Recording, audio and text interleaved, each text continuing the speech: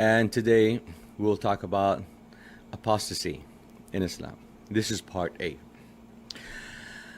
The notion that apostasy is forbidden and that apostates will be punished by death has often been used by political authorities and the religious establishment to suppress freedom of religion. For centuries, the threat of the death penalty has been hanging over the heads of those who dare to question the fundamental doctrines of Islam, Islamic scholarship, or who want to explore religions other than the one he or she was born into. This section shows that the death penalty is a fiction of Islamic fiqh, concocted in order to discipline Muslim believers and to punish political dissents. Pardon me. Our aim is to reinvigorate the very lenient attitude of Allah's book towards apostasy and to leave behind the political, military, and ideological baggage of the past that the fiqh concept of apostasy has carried over into modern times. We start by looking at the Arabic term for apostasy in the book. Ridda is derived from the three radical verb radda, R-D-D, ra-dal-dal, that occurs in its different cognates 59 times in the text. In general, the verb radda, ra-da-da, touches on a variety of thematic clusters, two of which are particularly interest for our study of apostasy. 1. Radda meaning to return to, restore, or turn back to regarding something lost.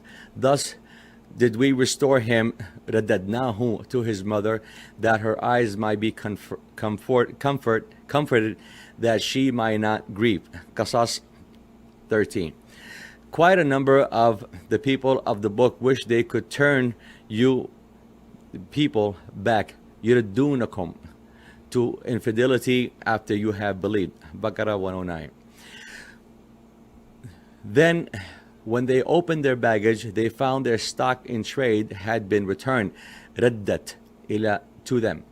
Yusuf 65. These are the verses that contain the words raddad or variations. Number 2, radda meaning to avert, prevent, or hold back things. Nay, it may come to them of all of a sudden and confound them.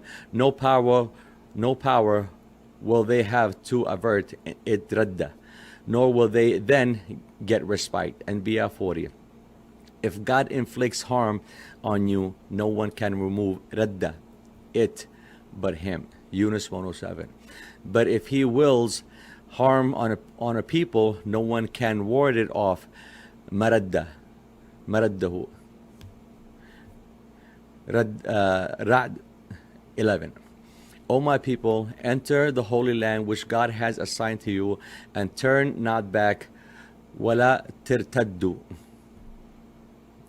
ignominiously, for then will you be overthrown to your own ruin. Ma'idah 21.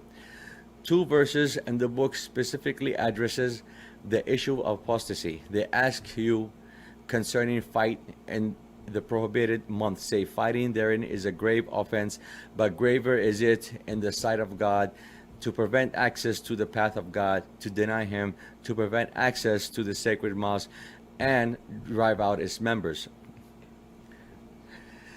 Tumult and oppression are worse than slaughter, nor will they cease fighting you until they turn you back from your faith if they can. And if any of you turn back from their faith and die in unbelief, their works will bear no fruit in this life and in the hereafter. Baqarah 117. O you who believe, if any from among you turn back from his faith, soon will God produce a people whom he will love, and they will love him. Lowly with the believers, mighty against the rejectors, fighting in the way of God, and never afraid of the reproaches of such as find fault. Ma'idah 54. Based on these two verses, we shall define apostasy as any form of human behavior that expresses a turn back from faith. In contrast, belief is a form of human behavior that expresses a turn towards faith. On the day of judgment, Allah issues either reward or punishment for human beings behavior in this world, which he will assess by weighing people's acts towards faith against their acts back from faith. On that day will men proceed in companies sorted out to be shown the deeds that they had done. Then shall anyone who has done an autumn weight of good see it, and anyone who has done an autumn's weight of evil shall see it. Zalzala 6-8. These verses assure us that every human being, by consciously choosing either to turn towards faith or back from it, determines his future destiny and whether he will be rewarded for punishment on that day. The word apostasy literally means to stand clear or to stay away. The question is, away from what? The book says it means to stay away from religion, deen, which is defined as a form of universal human behavior that is characterized by faith in God, His angels, His book, His messengers, the last day, and doing good work. The lower limit of religion is marked by believing in God, the last day, and doing good work, equals the minimum requirement for embracing Islam. And the upper limit of religion consists of pillars of Islam, that is prayers, alms, tax, fasting, and pilgrimage. In between upper and lower limits, people decide to follow God's orders and abstain from what He has forbidden, while the witness that there is no other God but God defines the realm of Islam. The witness that Muhammad is the messenger of God defines the realm of Iman. In both realms, people are obliged to implement the highest moral ideals and acts correctly in their daily conduct. Given these definitions, apostasy means to stay altogether away from religion, that is, a transgression of its lower limits. The first shahada, there is no other God but God, implying the complete abandonment of Islam. It does not, however, mean to leave a religious community. If someone parts from a monotheistic Abrahamic community, such as that of Muhammad's followers, of Jews or Christians, or from a non-monotheistic religious community, it is not defined as apostasy. It would only mean to withdraw from membership to a specific religious community, not from a religion as such, because there's only one religion, that is Islam. If apostasy occurs, how are we supposed to respond to it? Should we punish apostasy and punish the apostate? Looking up the book, we learned that there are two forms of punishment for apostasy. A, impotence of action in this world and the next, and B, a withdrawal of God's love. The first punishment is stated in chapter 2, verse 217, and if any of you turn back from their faith and die in unbelief, their works will bear no fruit in this life and the hereafter. And the second, in chapter 5, verse 54, God will produce a people whom He will love, and they will love Him. These punishments must be treated as the upper limit of penal law, similar to the other so-called had or hudud punishments mentioned in the book for murder, adultery, theft, false accusation of fornication, etc. The existence of a punitive boundary implies that there is no absolute and once and for all fixed punishment for apostasy, only a description of an upper limit for possible legislation concerning it. Neither verses suggest punishing the apostate in any specific corporal or personal way. Given the fact that the adoption of faith is a conscious, rational decision taken by intelligent people freely and voluntarily, the absence of any order to act against apostasy should not surprise anyone. After all, apostasy is a personal decision that only needs to be given account for on the day of judgment. The book says that those who believe do so for the good of their own soul, and those who disbelieve do so to their own loss. Say, O you men, now truth has reached you from your Lord. Those who receive guidance do so for the good of their own souls. Those who stray do so to their own loss, and I am not set over you to arrange your affairs. Yunus 108. We showed him the way, whether he be grateful or ungrateful, rest on his will. Insan 3. Given that these are clear rules by the book, it is surprising to read that the commentaries of the exegetes prescribed unbelievably cruel punishment for apostates. In Al-Razi's Mafatih al-Ghaib, we read, for example, that an apostate should be killed and should be fought until he is defeated. He does not deserve any support, help, or good words from the believers. His wife should be separated from him, and he does not deserve inheritance from the believers. By which verse of the book can they justify such cruelty? We also hear unbelievable stories about the punishment of entire tribes for apostasy during the early period of Islam. In Al-Zamakhshari's Tafsir Al-Kashif, we read that during the period of messengers, there were three groups of people who apostatized. One, the clan of Banu Madlaj. Two, the clan of Banu Hanifa. Three, the clan of Banu Asad. During the reign of Abu Bakr, there were a further 7 groups of apostates. We'll continue on with 4, the tribe of Fazara, the Ghatafan, number 5, number 6, the clan of Banu Salim, number 7, the clan of Banu Yarbu', 8 number 8 from the clan of Banu Tamim, 9, the clan of Kinda, 10, the tribe of Bakr bin Wa'il of Bahrain, and during the reign of Umar bin Khattab, there was one more group, 11, the Ghassans. And Zamakhshari's list is very peculiar of 3 main reasons. For three main reasons, because first, it omits for no given reason the Banu Umayyah, and hence of Abdullah bin Sa'd bin Abi Sarh and Marwan bin al-Hakam, who allegedly apostatized, while it includes the people of Ghassan as apostates who ironically had never accepted Muhammad's new message and could therefore not apostatize. Second, it suggests collective takfir, that is, the accusation of unbelief against a whole group because of the apostasy of individual members of this group, which contradicts the rules of the book that no laden soul shall bear the burden of another. Chapter 35, verse 18. Third, it lists the names of Muhammad's companions, an example, Al-Ash'ath bin Qais, who should be, by the exegetes' own logic, beyond the accusation of kufr, given that the scholars keep circulating a hadith that calls the believers to follow all of Muhammad's companions. My companions are like the stars. Whichever of them you follow, you obtain guidance. It is obvious to everyone that such accounts of apostasy are in clear breach of the rules of the book.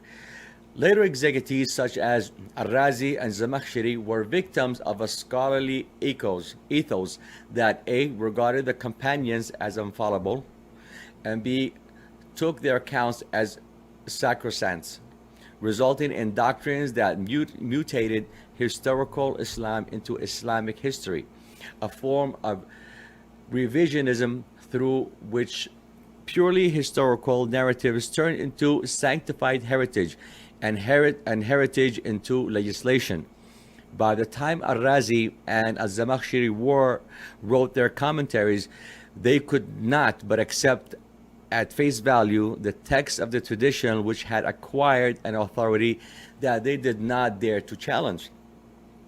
At the root of this problem lay the earliest fuqaha's search for a passage in the book which, with the help of their masters and employers, that is, the despotic rulers of the Umayyads and Abbasid dynasties, could legitimize the liquidation of their political opponents as a preventive measure for the protection of religion. When the fuqaha realized that they could find nothing in the book that served this purpose, they moved on to the prophetical sunnah, searching for a suitable hadith. Yet again, they could not find the rule that demands the killing of an apostate. Finally, they searched the seerah biographies of the Prophet and made a strike. They refer to reports that claim that Muhammad had ordered the killing of the clan of the Banu Madlaj because of the apostasy of Al-Aswad Al-Ansi, the killing of the clan of Banu Hanifa because of the apostasy of Musaylama Al-Kadhab, and the killing of the clan of Banu Asad because the apostasy of Tulayha bin Khuwaylid. Furthermore, they claim to have found a hadith that quotes the Prophet saying that he who changes his religion, kill him. And finally, they managed to portray Abu Bakr and Umar as acting only in the tradition of the Prophet's harsh words on apostasy when they persecuted and punished clans and tribes which had apostatized. However, their claims can be easily contradicted in several ways. For example, Ali had burnt a group of apostates. This news reached Ibn Abbas, who said, had it been me, I also would have killed them because of the statement of the messenger, he who changes his religion, kill him. 2. By a hadith narrated by Imam Malik in his Muwatta, reported by Zayd ibn Aslam, the Prophet said, he who changes his religion, cut off his head. We believe that both hadiths are unreliable, false, for the following 5 reasons. A. They contradict the punishment for apostasy as it is given in the book, chapter 2, verse 217, and chapter 5, verse 54. B. They deviate from the spirit of the book and its treatment of disbelief, or, as it puts it, any rejection of God, not for you, but for God, in the decision whether he turn in mercy to them or punish them, for they are indeed wrongdoers. Chapter Al-Imran, verse 128. Invite all to the way of your Lord with wisdom and beautiful preaching, and argue with them in ways that are best and most gracious, for your Lord knows best who have strayed from his path and who received guidance. Chapter Nahl, verse 125. If it had been your Lord's will, they will all have believed, all who are on earth. Will you then compel mankind against their will to believe? Yunus 99. Therefore, do give admonition, for you are one to admonish. You are not one to manage men's affair. But if any turn away and reject God, God will punish him with a mighty punishment. Ghashiyah 21-24. Point C. They contradict other hadiths of the Prophet. For example, Abu Hurairah reports that the Prophet said, none of the Muslims is allowed to take another Muslim's blood, property, or honor.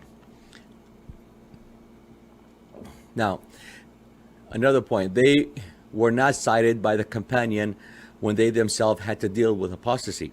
Ibn Abbas quoted the hadith, he who changes his religion, kill him, in the context of his disapproval of Ali's punishment of the Zabt, a sect that refused to give up their pagan practices. This happened during Ali's reign as Khalif for more than 35 years after the Hijrah of the Prophet.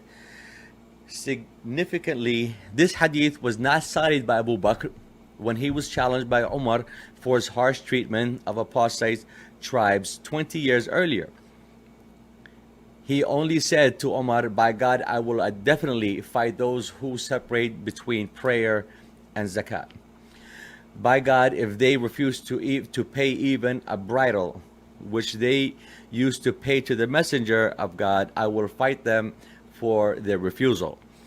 If the hadith reported by Ibn Abbas had been such an approved and well-known statement of the Prophet as it is now claimed, Abu Bakr would have surely used it in his reply to Umar in order to justify his persecution of apostate tribes, because it would have had much more authority than his own ijtihad on this. The second point, B. The last one was A, this is B. The hadith has never been applied and turned into common practice. Kill him.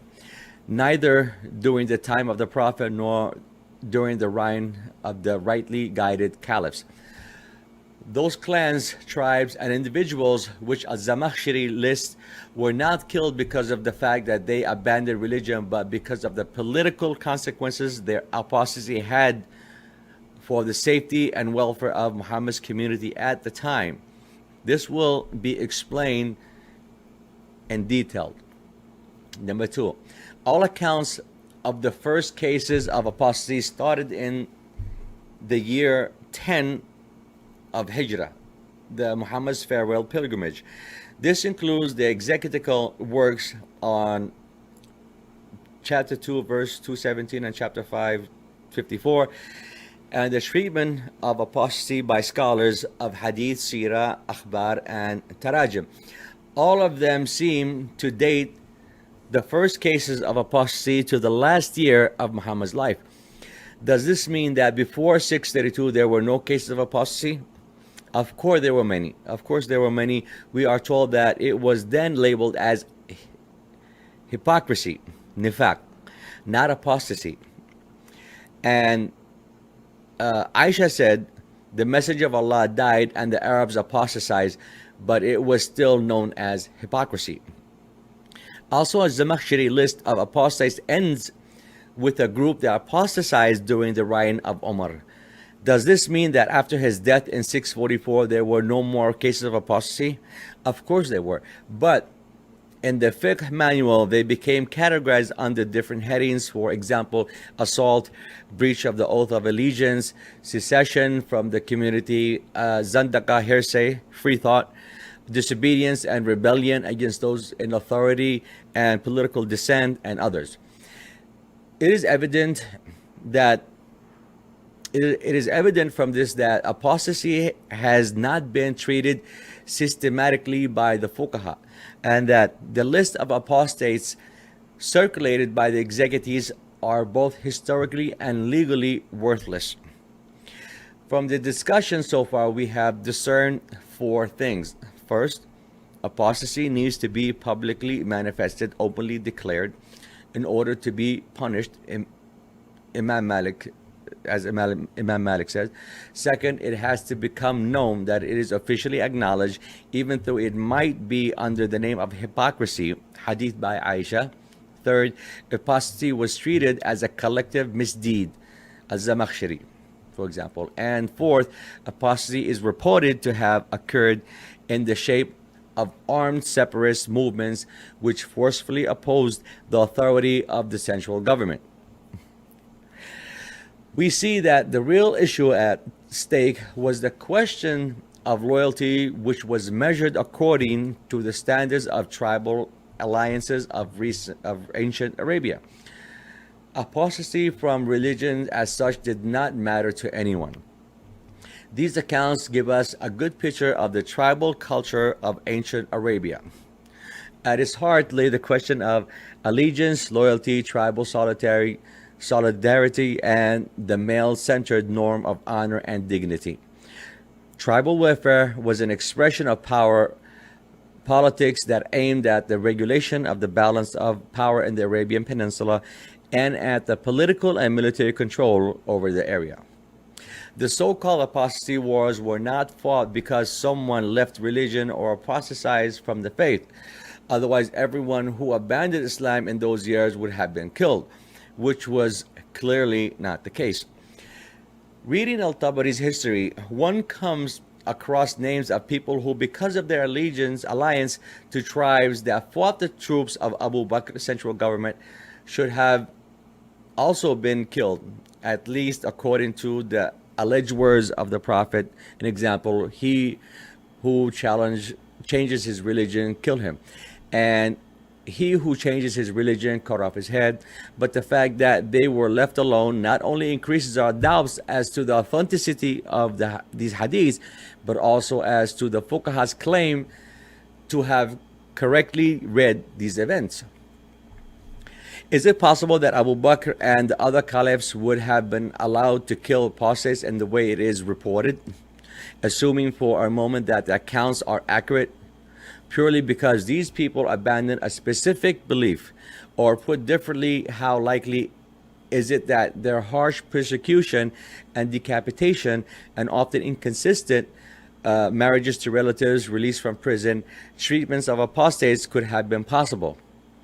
Indeed, we would not be so critical of our early history if that spurious concept of punishment for apostasy, which provided the perfect legal pretext for the elimination of political opponents during the Umayyad and Abbasid periods, did not today play such a dominant role in the tactics of Islamic groups and their terror against the political establishment.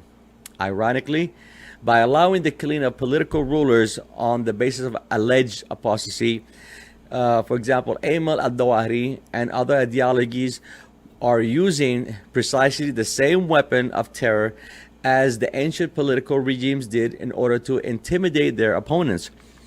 Because of the confusion between religion, disbelief, and political secession from the time of the early wars of apostasy, apostasy has attained a political dimension and has thus been fixed in the Arab Muslim mind ever since. And since the fuqaha were so involved in power politics during that period, apostasies with these political overtones has come to be formulated in Islamic law with exactly that fusion of religion with politics, rendering what happened during the appointment of Abu Bakr as Muhammad's successor, eliminating the influence of Al-Ansar as perfectly legal. Once these apostasy wars, and in particular Abu Bakr's military expedition in the years 10 to 11 after Hijrah, were defined as fulfilling God's words, they became the legal norm of how to deal with any apostate individual or group, so that the possibility of being persecuted as an apostate hung over the political opposition like a sword of Damocles, and it is today because the Islamists have turned this threat against the rules themselves, a common feature of our current political life.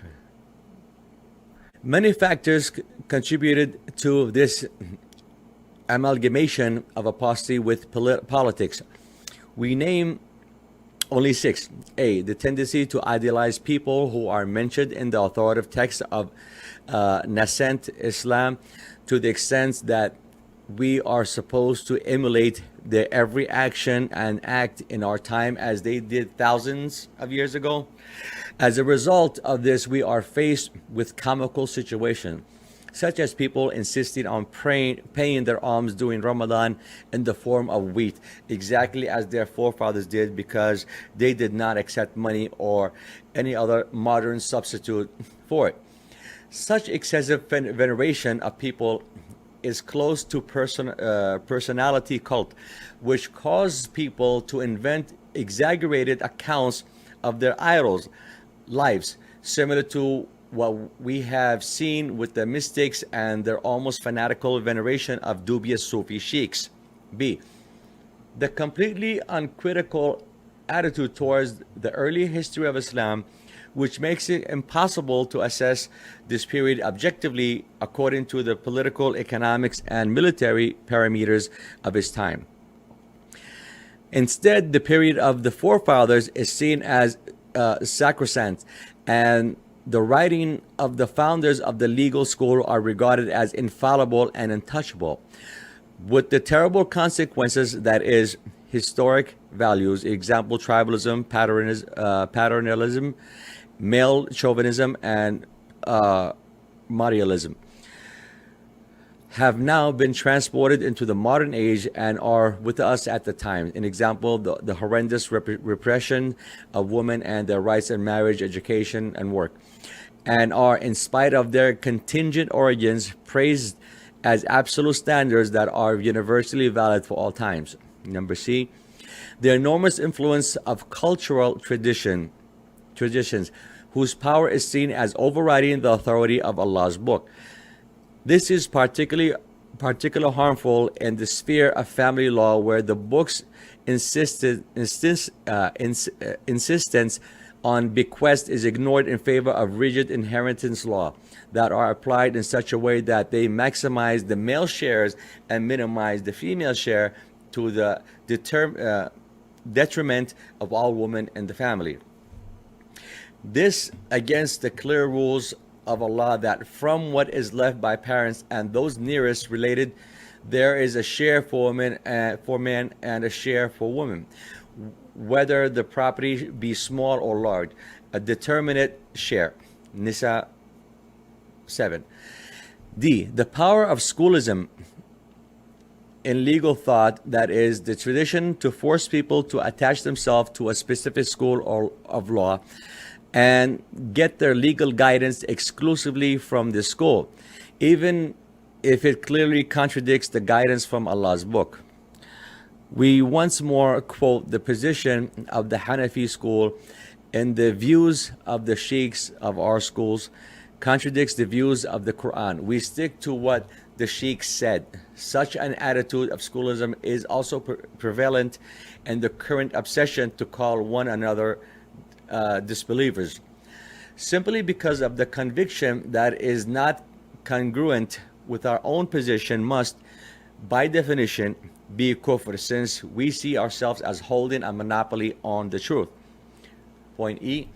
The absence of freedom of speech in our societies and the power of public censorship in cases of nonconformity, both in the present and the past.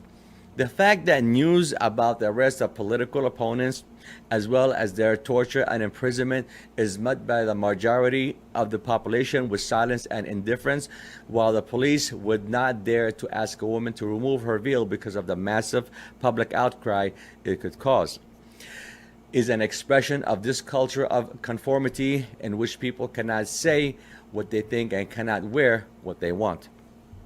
Point F. The dominance of an ethos of death that attaches little value to life and belittles the attempts by modern medical research to prolong life. Doctors in our societies carelessly treat their patients like guinea pigs in laboratories experiments and do not really fight against unnecessary or accidental loss of life. Instead, if patients die, we are at once told that it was God's will. That is, we're predetermined that the person would die at exactly that moment.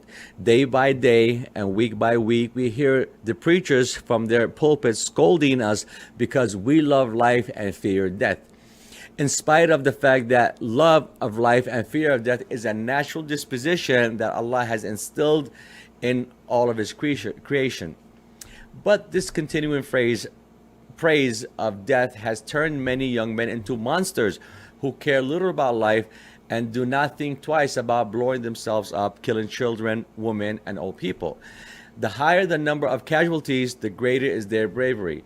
This praise of death is indeed a sick ideology. Let us return to the problem of how to correctly define apostasy, and let us explore the following question. What is apostasy? Who can be called an apostate? Why does the book mention the futility of an apostate's work in this life and the next without stipulating an actual legal punishment for the act of apostasy? Does this imply that God left it to the ruler, the judges, and the prevailing legal system to determine the punishment of apostasy? Is the prophet's command to kill an apostate in harmony with the divine intention as stated by the book?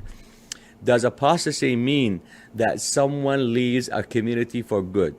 Can apostasy mean a revolt against a political ruler, a government, or a state? Is political apostasy the same as religious apostasy? And finally, can any punishment for apostasy be justified in the light of our demand for freedom of religion and freedom of speech? It is vital to answer these questions in order to sort out the mess that the traditional fuqaha have left. It is more than evident that they were unable to conceptually separate political dissent from religious apostasy, and they constantly muddied the water with their religious interpretation and legal classification of purely political events in the history of Islam. They were never fully able to see the difference between an oath of an allegiance to a political ruler or political system and the religious witnessing of Allah, the last day, and the unity of God. In their work, we see how they failed to assess the killing of Sa'id ibn Jubair by Al-Hajjaj as a politically motivated murder, because Al-Hajjaj regarded Ibn Jubair's disloyalty as a political affront that must be punished by death, because they interpreted it as the ruler's legitimate punishment for heresy, and thus apostasy. But political apostasy or separatism, which may occur independently from either Islam or Iman, should not be confused with religious apostasy, even though it has become fixed as such in the minds of most Arab Muslims. Here we finish from the subject of apostasy, and next subject will be apostasy from Islam is next.